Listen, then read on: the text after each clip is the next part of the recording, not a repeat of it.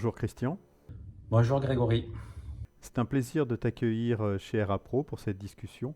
Est-ce que tu peux commencer par te présenter et nous parler de la société AirVision Game?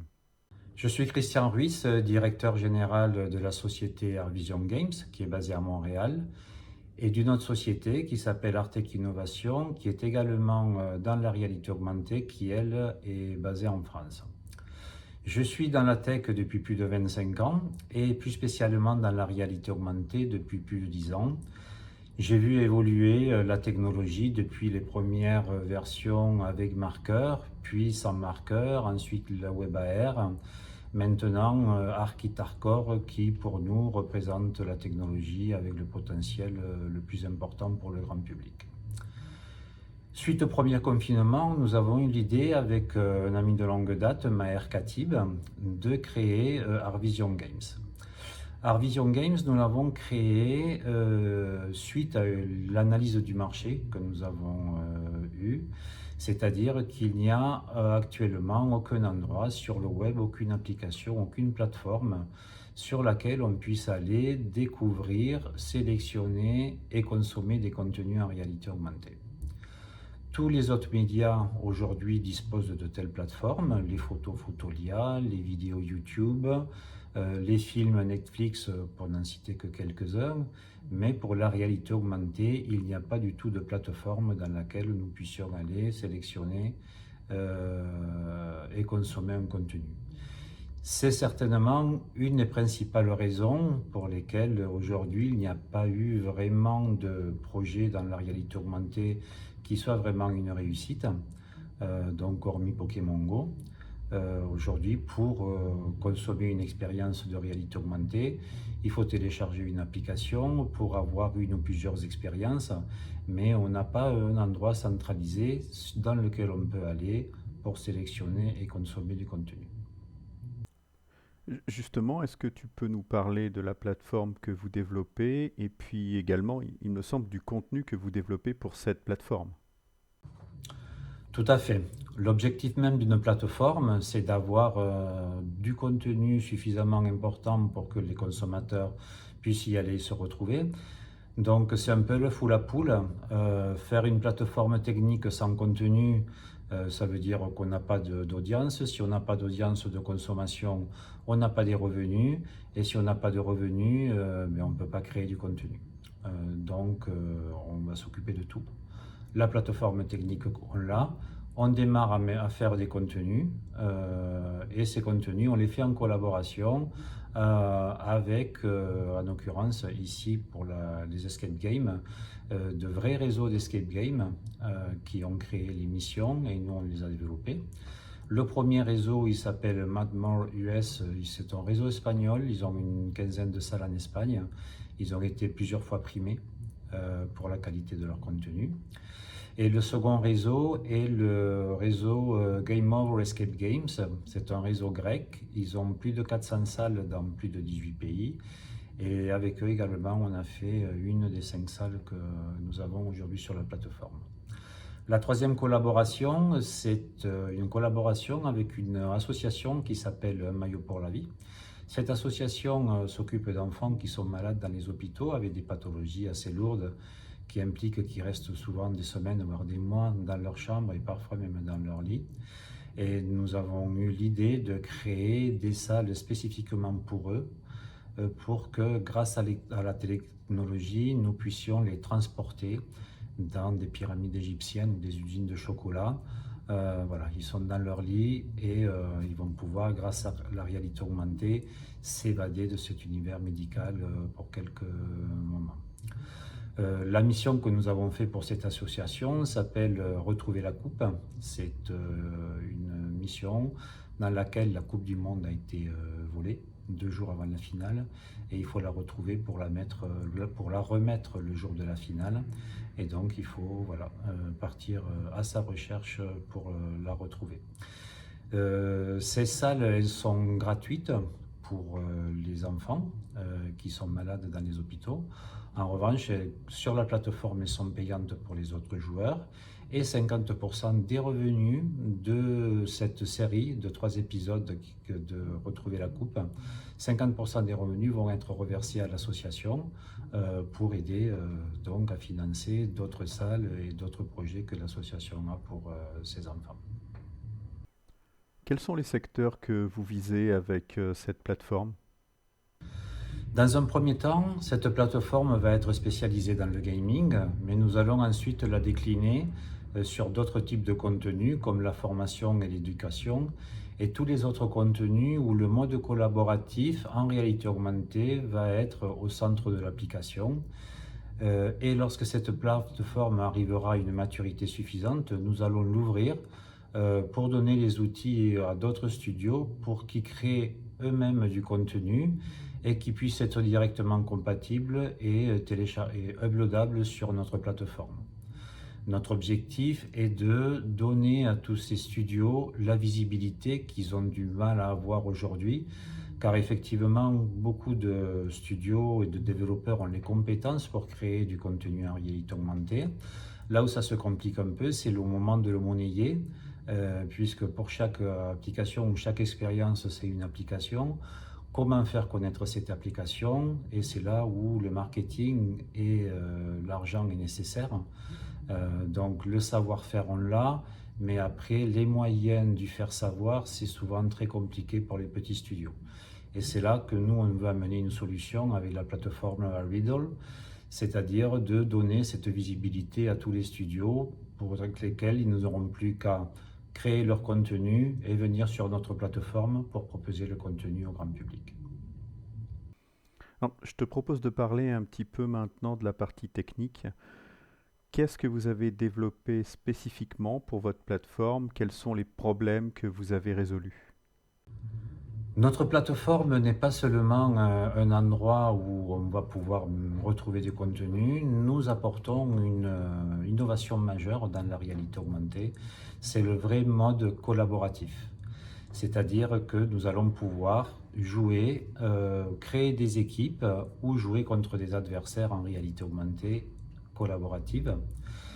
Aujourd'hui, les modes collaboratifs en réalité augmentée étaient essentiellement des appairages par Bluetooth de deux dispositifs et deux joueurs qui étaient dans la même salle. Aujourd'hui, grâce à notre technologie, nous allons pouvoir jouer, collaborer ou affronter en réalité augmentée des adversaires ou des coéquipiers qui ne sont pas avec nous et dont la distance importe peu. On peut maintenant faire des parties avec des joueurs qui sont à Paris, New York ou Singapour. C'est une des principales choses que nous avons souhaité intégrer dans cette plateforme, car dans tous les jeux, créer des équipes ou se confronter à des adversaires est une base, on va dire, sine qua non des jeux en général. Même aujourd'hui, si nous prenons Candy Crush, qui est par essence un jeu individualiste dans lequel on joue seul, les créateurs ont imaginé de se confronter contre des adversaires qu'on ne connaît pas pour arriver à des échéances ou pour faire un nombre de tableaux définis dans un temps le plus court possible. Donc on voit que le mode collaboratif est une composante essentielle dans les jeux. Pour les enfants dans les hôpitaux, c'est quelque chose de très important, car jusqu'au Covid, les sportifs venaient leur rendre visite et partager un moment avec eux. Depuis le Covid, les sportifs qui parrainent l'association ne peuvent plus rendre visite aux enfants et du coup, ils ne peuvent pas donc partager des moments avec eux. Avec le mode collaboratif, on résout cette problématique. Pour donner un exemple, lors de Vivatech, nous avons fait une partie avec Jérôme Fernandez, qui est un handballeur, champion du monde, champion olympique. Donc il était chez lui. Nous avions un enfant qui était hospitalisé à Lyon, un autre enfant qui était hospitalisé à Toulouse, et moi-même qui était sur Vivatech. Et nous avons démarré la résolution de l'énigme, enfin, du premier épisode de Retrouver la coupe.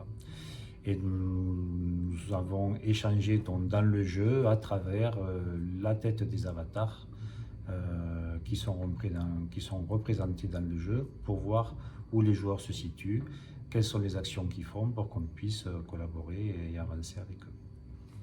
Tu peux nous en dire un petit peu plus sur ce mode collaboratif pour le jeu? Ce mode collaboratif est une réelle avancée dans la réalité augmentée parce que dans tous les jeux, euh, le mode collaboratif est une évidence. Le joueur est devant son ordinateur, sa console de jeu avec ses commandes, clavier, souris, joystick, dont le joueur est à une position, on va dire, zéro, toujours la même, avec l'environnement qui évolue devant lui. En revanche, avec la réalité augmentée, ce que nous avons intégré, c'est de synchroniser également les mouvements physiques de tous les joueurs. C'est-à-dire qu'on peut effectivement évoluer dans le jeu sur les commandes que l'on trouve à l'écran, donc avancer, bouger, etc. Mais nous avons aussi synchronisé les mouvements physiques des joueurs. C'est-à-dire que si on avance, on bouge, on tourne, les mouvements sont retranscrits par notre avatar. Et si je me tourne à droite physiquement, les autres joueurs vont le voir. Et si je vais actionner un bouton, ouvrir une porte, ouvrir un tiroir, les joueurs vont le voir également. Pour le jeu, c'est une avancée très importante, mais pour la formation, c'est également quelque chose de très important. Puisqu'aujourd'hui nous avons beaucoup de formations qui commencent à se faire dans la réalité virtuelle, avec des avantages et des inconvénients de la technologie, c'est-à-dire qu'on a le casque et puis les deux manettes qui représentent les deux mains et dans lesquelles on peut évoluer. Dans ce cas de figure, la réalité virtuelle, donc on peut avancer, bouger dans l'environnement, mais le joueur où la personne qui reçoit la formation est statique sur place. Nous, avec la réalité augmentée et notre mode collaboratif, on va rajouter la dimension physique des environnements dans lesquels ou autour desquels nous devons évoluer. C'est-à-dire que la personne à former ou le joueur va vraiment pouvoir se rendre compte de la taille et des vraies distances qu'il peut y avoir dans une pièce ou dans un endroit pour effectuer les diverses actions ou pour évoluer dans le jeu. Alors, pour cette application, vous avez mené pas mal de phases de tests avec différents publics. Est-ce que tu peux nous parler de ces tests? Comment les utilisateurs ont appréhendé cette interaction, ces interactions en temps réel? Quels sont les retours que vous avez eus? Les premiers retours que nous avons eus sur nos phases de test, c'est qu'il y a une petite période de prise en main nécessaire pour comprendre comment évoluer dans le jeu, puisque on peut évoluer grâce aux commandes qu'il y a, classiques, pour avancer, tourner, etc. Mais on peut aussi évoluer dans le jeu de manière physique, en marchant réellement, en se baissant, en contournant des objets, en allant derrière, etc. Une fois qu'on a pris en main ces éléments-là, très rapidement, les joueurs évoluent facilement dans le jeu. Nous avons intégré également une Hintbox. C'est une petite boîte qui sert de Game Master, qui permet aux joueurs aussi, quand ils sont bloqués, de pouvoir avoir une aide. On analyse l'avancée de chaque joueur dans le jeu et en fonction de son avancée, on lui propose la petite aide qui lui permet de passer à l'étape suivante. Ça, c'est le premier retour qu'on a eu. Ensuite, les joueurs auraient aimé avoir encore plus de contenu, puisqu'une fois qu'on a pris en main ça et qu'on a fait la première mission, on a envie d'en faire d'autres. Donc le jeu est relativement pas addictif, mais effectivement, comme chaque mission est différente, on se retrouve projeté dans un univers complètement différent. Et cette variété de contenu et d'environnement ont été beaucoup appréciés par les testeurs. Maintenant, la grosse phase de test va être faite cet été avec un des parrains de l'association Maillot pour la vie, qui est Antoine Dupont, qui va faire la promotion de notre plateforme et qui va promouvoir la série Retrouver la coupe pour l'association Maillot pour la vie, puisque 50% de revenus de cette salle iront à l'association. Donc Antoine Dupont, qui est le parrain, s'est compromis à faire une petite promo pour l'association et pour nous. Et là, je pense qu'on aura vraiment une vraie première phase de test avec plusieurs centaines et nous espérons plusieurs milliers de joueurs en simultané en France et à l'étranger, puisque l'application et la plateforme est par défaut toutes les missions en français, anglais et espagnol. Alors, on parle beaucoup de multijoueurs, en fait d'actions collaboratives en simultané dans de la réalité augmentée. Est-ce que tu penses que ça va devenir une obligation pour les futurs usages, peut-être même pas d'ailleurs que pour les jeux, mais pour tous les usages qu'on peut imaginer collaboratifs utilisant la réalité augmentée? Le mode collaboratif est plus qu'un point fondamental. Comme on l'a dit tout à l'heure, la réalité augmentée existe depuis plus de 15 ans sans aucun réel projet grand public qui ait été un succès. Et comme on l'a dit, le fait que les expériences étaient individuelles, ça limitait un peu l'intérêt et le fait de pouvoir créer des communautés. L'UPSM, donc l'Universal Positioning and State Management que nous avons créé, permet également un accès rapide au métaverse. Et ça, c'est quelque chose qui va être vraiment important dans l'avenir, le futur proche, puisque la technologie est disponible. C'est que grâce à notre smartphone et en 2 clics, nous allons pouvoir téléporter notre avatar dans une multitude d'environnements. Il suffira à la communauté qui sera disponible sur la plateforme de cliquer ou d'acheter le jeu, le concert ou le contenu dans lequel ils voudront être téléportés. Et automatiquement, l'avatar sera physiquement dans cet environnement virtuel dans lequel les joueurs pourront évoluer soit sur les commandes qu'il y aura à l'écran, soit également physiquement, et on pourra échanger avec les personnes qui se trouveront dans cet environnement. De la même façon que quand on va à un concert, on écoute de la musique, et si on veut parler à la personne qui est à côté de nous, on le peut.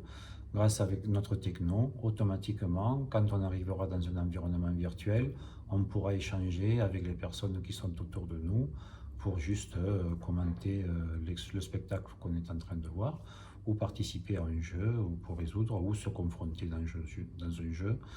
Tout dépendra du sujet, de l'environnement virtuel dans lequel on sera transporté. On imagine donc bien l'intérêt pour des domaines bien au-delà du gaming et des loisirs.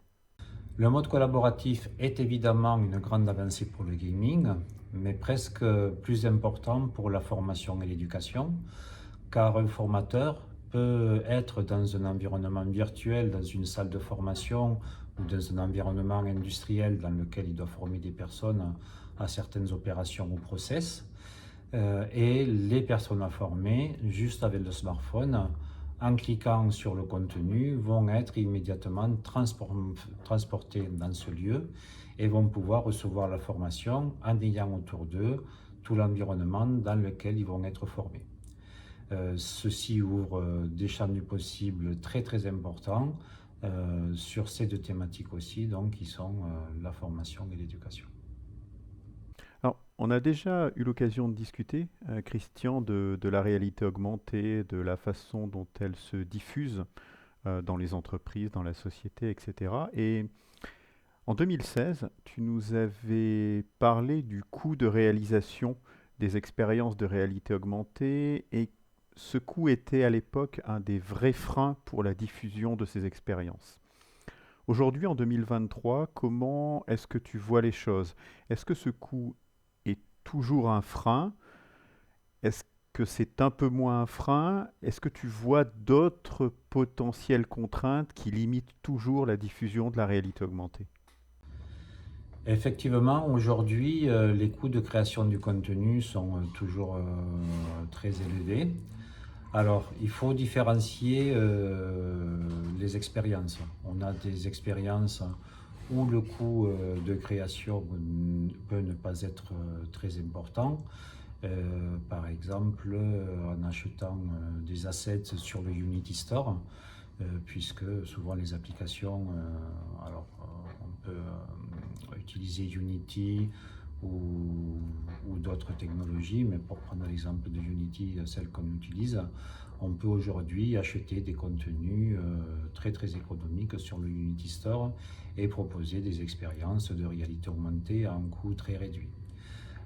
En revanche, les expériences deviennent de plus en plus complexes et effectivement, quand on veut faire des expériences avec des contenus originaux, effectivement, là, les contenus sont ou restent encore élevés. Après, il y a des gameplays qui ne nécessitent pas beaucoup de ressources en contenu. Là, nous sommes en train de finir la série Retrouver la coupe pour l'association Un maillot pour la vie. Ensuite, nous allons créer un jeu de basket où la création graphique va être limitée, puisqu'on va avoir besoin de ballons de basket et d'un panier.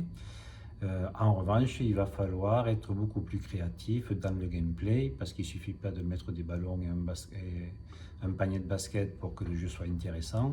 Il va falloir créer des gameplays qui permettent aux gens de se confronter entre eux ou aux gens de collaborer entre eux pour jouer telle ou telle règle du jeu. Si on prend l'exemple des enfants de l'association, nous allons faire pour les personnes qui peuvent bouger un gameplay simple, un panier de basket qui est au milieu et des ballons de basket éparpillés un peu partout dans la nature. Donc on peut imaginer qu'on est au milieu d'un terrain de basket ou de foot ou même dans un champ. On lance le jeu en mode collaboratif, c'est-à-dire que moi je suis à Paris, mon copain est à New York, moi je suis au parc de Sceaux et mon copain est à Central Park. On va projeter le jeu sur la même session, le panier de basket va apparaître au milieu du parc, de la pelouse, et on va avoir plein de ballons qui sont autour du panier de basket. Et quand moi je vais récupérer un des ballons, il va disparaître donc chez mon copain qui est à New York. Et le gameplay va être le premier qui ramasse le plus de ballons qui sont éparpillés autour de nous et qui marquera le plus grand nombre de paniers de suite. A l'inverse, si on prend le gameplay que l'on va faire pour les enfants qui seront donc à l'hôpital, eux ils vont être dans le lit, ils ne peuvent pas bouger. Donc le ballon va apparaître, on va dire, à côté d'eux sur l'écran pour qu'ils puissent le récupérer et on va faire bouger le panier à divers endroits de la chambre, un coup au sol, un coup en hauteur, un coup sur le côté, à droite, à gauche, etc. Et les enfants pourront faire dans des parties et se confronter avec d'autres enfants qui seront dans une autre chambre du même hôpital ou de notre hôpital. Et donc, ils vont pouvoir suivre en simultané le scoring de chacun, puisqu'en fait, les paniers bougeront en même temps aux mêmes endroits chez les deux joueurs. Voilà, donc d'un côté, on va pouvoir avoir des jeux avec une création graphique très complexe et donc très coûteuse, et de l'autre côté, on va pouvoir avoir des jeux avec une création graphique qui n'est pas très coûteuse, mais où il faudra être beaucoup plus créatif sur les gameplays pour que ça devienne intéressant. L'intérêt de notre plateforme est également un moyen de pouvoir donner aux créateurs un endroit où ils vont pouvoir monétiser leur création. C'est-à-dire qu'aujourd'hui, pourquoi on n'a pas beaucoup de contenu disponible? Parce que les créateurs n'ont pas vraiment d'endroit où monétiser leur création.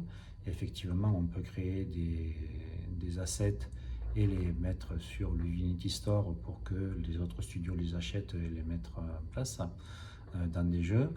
Mais il n'y a pas vraiment un endroit où on peut créer un jeu complet et le monétiser de manière à avoir des revenus et pouvoir créer d'autres jeux. Nous espérons, grâce à cette plateforme, que les créateurs pourront générer des revenus de manière à ce que ça leur donne les moyens de créer des nouveaux contenus. Et donc on va créer ce cercle vertueux où on va avoir de l'audience, des créateurs qui vont amener des contenus, des contenus qui vont être de plus en plus intéressants, qui vont amener encore plus d'audience, qui vont amener encore plus de revenus aux créateurs. Voilà. Aujourd'hui, ce cercle n'existe pas. Souvent, les créations sont faites donc à fond perdu, puisque le retour sur investissement n'est pas souvent là.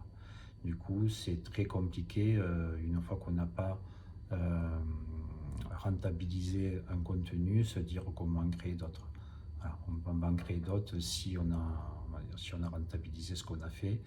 Et si on rentabilise, on crée de plus en plus. Donc, cette plateforme, c'est un peu le chaînon manquant qui va faire que la réalité augmentée va se développer, qu'on va avoir de plus en plus de contenu, de plus en plus d'audience et de plus en plus de revenus pour financer des contenus. Ah, revenons à Airvision Game. Quelle est la prochaine étape pour vous? Comment vous voyez l'avenir? La prochaine étape pour Vision Games est une levée de fonds. Aujourd'hui, nous avons été accompagnés par deux angels, un Canadien et un Américain, comme on l'a dit avant. Mais aujourd'hui, la plateforme est là et nous avons besoin de travailler sur 4 axes. Le premier est de continuer à créer du contenu. Il faut absolument que très rapidement nous puissions avoir 10-15 jeux sur la plateforme. Des jeux comme des escape games qui permettent donc de faire des missions, mais une fois qu'on l'a joué une fois et qu'on connaît l'issue, on ne rejoue pas. Ou alors après on se positionne en tant que Game Master pour faire jouer les personnes qui sont chez nous lors de l'événement. Des jeux comme le basket qui permettent à se confronter des gens, et ce sont des jeux que l'on peut jouer de manière récurrente tous les jours.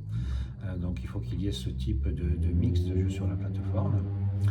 Ensuite, le marketing. Nous avons commencé la communication et le lancement officiel de la plateforme à Vivatech. Nous avons d'ailleurs gagné un des challenges d'innovation qui nous a permis d'avoir un stand pendant les 4 jours du salon. Puis en reportage, on a été sélectionné par Vivatech TV pour faire donc une interview TV que vous pouvez retrouver sur YouTube, sur la chaîne d'Airvision Games. Le marketing, très important. Comme je vous ai dit tout à l'heure, nous avons une opération qui est prévue à très court terme avec Antoine Dupont, qui est le parrain de l'association Un Maillot pour la Vie, dont nous allons regrouper et vraiment démarrer le marketing de la plateforme et de la mission Retrouver la Coupe à ce moment-là.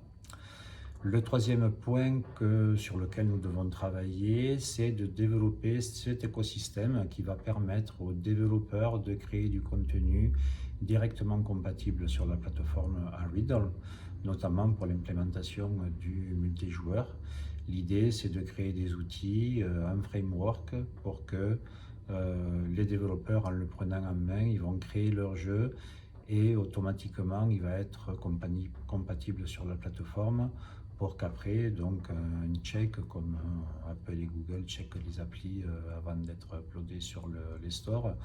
Les studios nous proposeront leur jeu qu'ils auront développé avec notre framework de manière à ce que la compatibilité soit immédiate et qu'on puisse avoir beaucoup de contenus nouveaux qui soient créés par d'autres studios.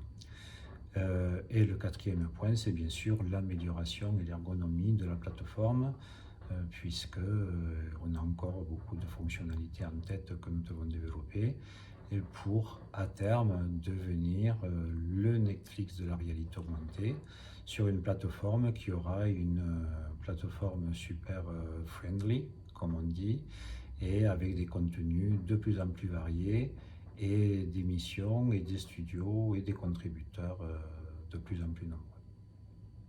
Alors, juste avant de conclure, rappelle-nous, pour ceux qui veulent tester Airriddle, il y a un jeu disponible aujourd'hui sur la plateforme, c'est ça? Non, il n'y en a pas un, il y en a 5. Il y a actuellement 5 jeux disponibles sur la plateforme. Essentiellement, alors là pour la mission Retrouver la Coupe, c'est le premier épisode. Le deuxième épisode va sortir un peu avant le début de la Coupe du Monde et le troisième épisode devrait sortir juste avant la finale. en espérant que la France y soit en finale. De manière à, étant donné que le but c'est de retrouver la Coupe du Monde pour la finale, on sortira le troisième épisode quelques jours avant pour que les joueurs puissent avoir le temps de retrouver la coupe et la remettre lors de la finale de la Coupe du Monde, espérons à la France. Voilà, donc si vous voulez tester le jeu, l'application sur les stores s'appelle Ariddle, A-R-I-D-D-L-E. Et si vous achetez la mission Retrouver la coupe, vous allez vous éclater et en plus vous allez faire une bonne action puisque la moitié des revenus vont être reversés à l'association Un maillot pour la vie. Merci Christian, c'était vraiment très intéressant cette discussion et cette découverte d'Aeriddle. Donc j'invite tout le monde à aller tester l'application directement pour se rendre compte de ce qu'est de la réalité augmentée collaboratif en temps réel. Et puis en espérant qu'on reviendra dans un an pour voir les évolutions d'Aeriddle et les nouveaux jeux. À bientôt. Merci à toi Grégory, à bientôt.